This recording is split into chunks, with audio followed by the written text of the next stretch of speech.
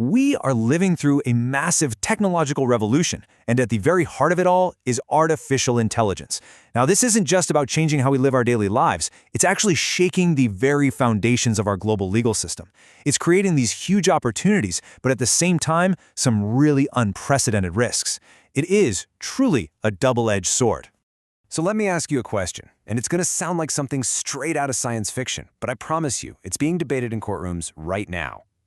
Can a machine, an algorithm, be an inventor?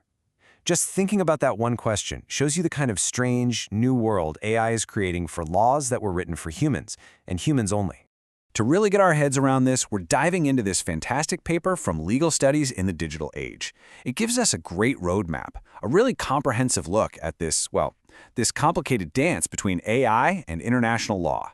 It's going to be the foundation for everything we talk about today. So what's really happening here?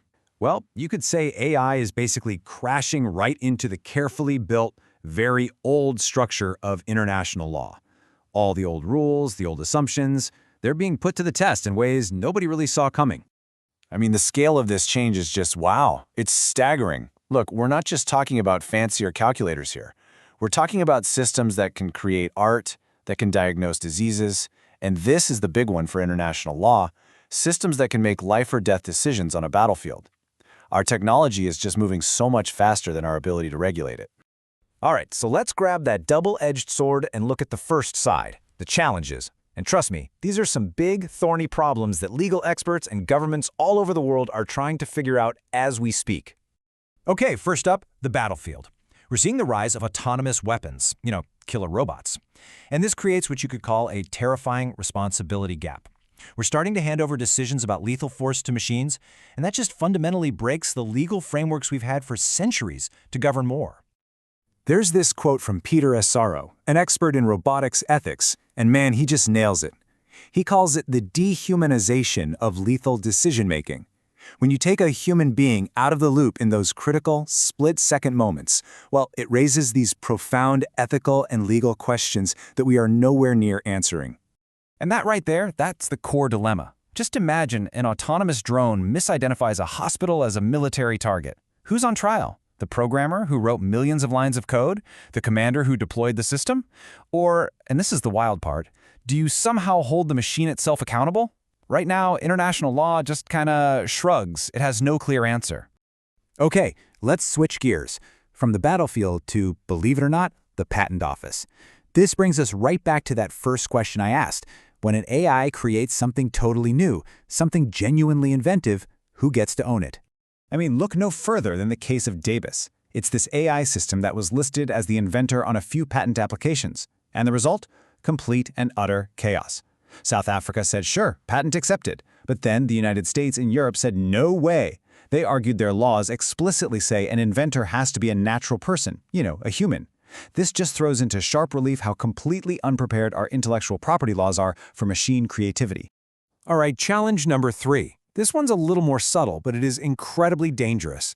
We tend to think of computers as being objective, right? But what happens when they learn from us, with all our flaws? Can an algorithm be biased? The answer? Oh yeah, a resounding yes. So why is that? Well, it's pretty simple actually. AI learns from data. And who creates that data? We do. So if our historical data is full of biases, the AI is going to learn those biases, and sometimes it'll even amplify them. We're seeing this right now with facial recognition systems, which studies have repeatedly shown are less accurate with people of color. Now, if you deploy that at scale, it's not just a tiny glitch, it's a massive documented threat to basic legal principles of fairness.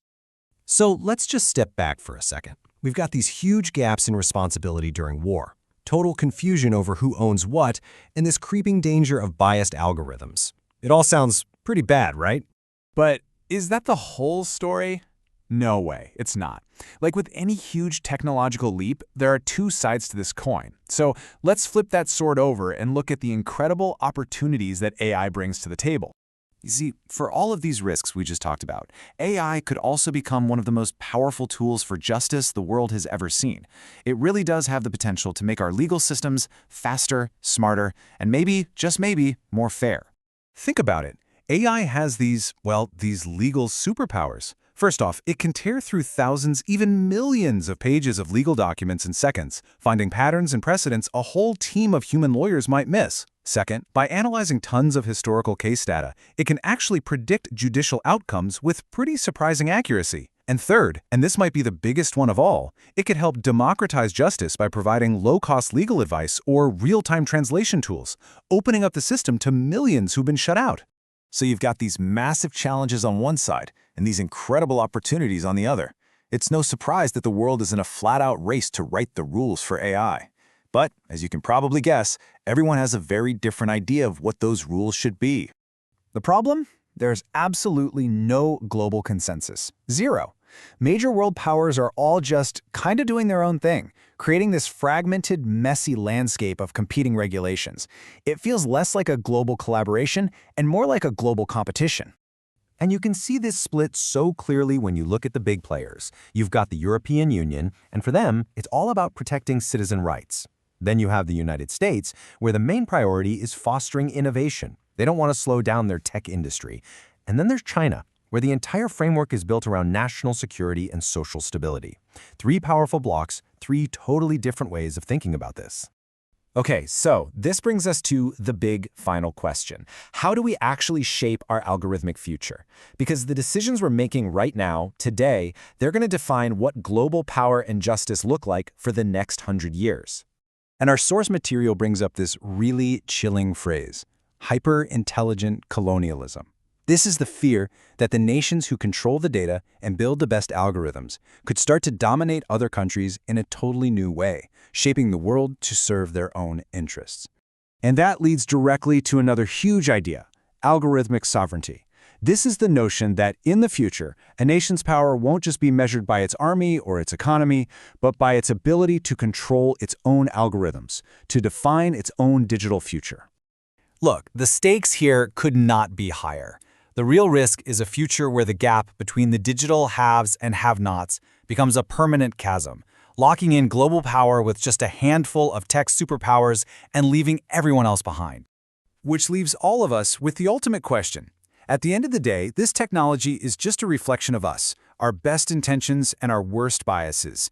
So, how do we build a future that balances the incredible, world-changing power of AI with our most important shared human values? That right there is the challenge of our time.